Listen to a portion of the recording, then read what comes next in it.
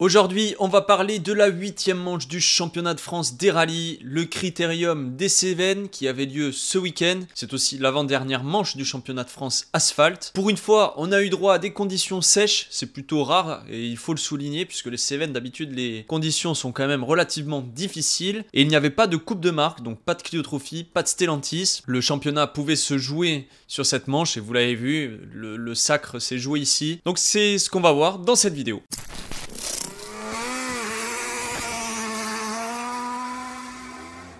Les amis, bonjour à tous, j'espère que vous allez bien et on se retrouve aujourd'hui pour une nouvelle vidéo où on va parler donc de ce Critérium des Cévennes. Avant que la vidéo commence, oublie pas comme d'habitude de t'abonner à la chaîne YouTube, like la vidéo et mets la petite cloche des notifications pour ne rater aucune des prochaines vidéos. Allez, on est parti. On commence cette vidéo avec un local, avec une voiture plutôt vieillissante, c'est une DS3 R5 et on va parler de Yannick Vivens et Elodie Hall. Yannick Vivens réalise un formidable rallye en terminant aux portes du top 5 avec la 5e place scratch. Il termine seulement à quelques secondes de Cédric Robert, c'est une performance à souligner. Dans la catégorie 2 roues motrices, Cédric Robert et Mathieu Duval n'ont rien pu faire face à Astier qui les a dominés du début jusqu'à la fin. Ils réalisent tout de même 2 meilleurs temps de la catégorie dans la spéciale 10 et 11. Résultat, une 4e place au scratch juste derrière son rival. Le vainqueur de la catégorie 2 roues motrices, c'est Raphaël Astier, vous l'avez bien compris, copiloté cette fois-ci par Valentin Suchet. Une domination totale sur l'épreuve en menant la catégorie du début jusqu'à la fin. Il termine sur le podium pour la 2e fois de la saison au volant de son Alpine A110 RGT. Il finit 3e au scratch et remporte par la même occasion le titre de champion de France 2 roues motrices après avoir gagné le titre de champion du monde RGT l'an passé. Astier a clairement été fidèle à sa réputation et a montré qu'il était le meilleur pilote en propulsion du moment. On passe maintenant au cadre du championnat avec Léo Rossel et Guillaume Mercoiré, les tout récents vainqueurs de la Coupe de France des rallyes. Et une fois de plus, ils ont impressionné et démontrent qu'ils ont clairement la pointe de vitesse des meilleurs pilotes du championnat. Déjà, au cœur de France, ils ont été très performants et ils l'ont été une fois de plus sur ce rallye à domicile. À la bataille avec Bonato, ils se sont échangés la tête de course sur les 5 premières spéciales. Malheureusement, une casse de la transmission à l'avant droit à la fin de la spéciale 5 lui fait perdre 1 minute sur Bonato. Même après cette casse, ils n'ont pas lâché le rythme et empochent 11 scratchs pour remonter à seulement 15 secondes du vainqueur à la fin de l'épreuve. Rossel termine à la seconde place pour la 4e fois consécutive de la saison. Des résultats clairement à l'image de leur pointe de vitesse.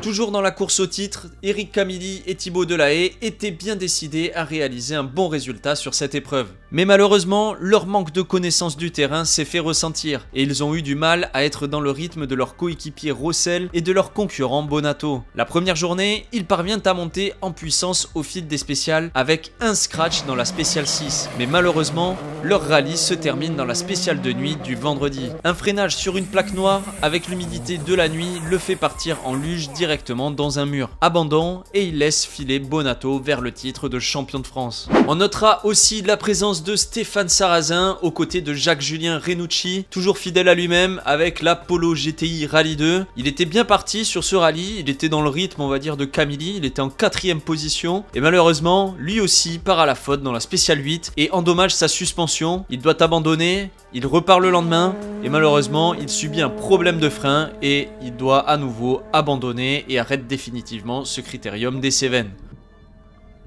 Vous l'avez compris, les champions de France des rallyes asphalte 2023 sont Johan Bonato et Benjamin Boulou qui remportent leur 5e titre. Toujours aussi solide, Bonato remporte ce rallye des Cévennes plutôt tranquillement suite à la sortie de Camilli et les problèmes mécaniques de Rossel. Il empoche seulement 2 scratchs sur la totalité de l'épreuve, mais termine vainqueur du rallye, sa 5e victoire de la saison. On peut dire une nouvelle fois que Johan Bonato a dominé le championnat de par son expérience et sa connaissance du terrain. Il devient par la même occasion le pilote le plus titré du championnat de France asphalte devant Bernard Béguin.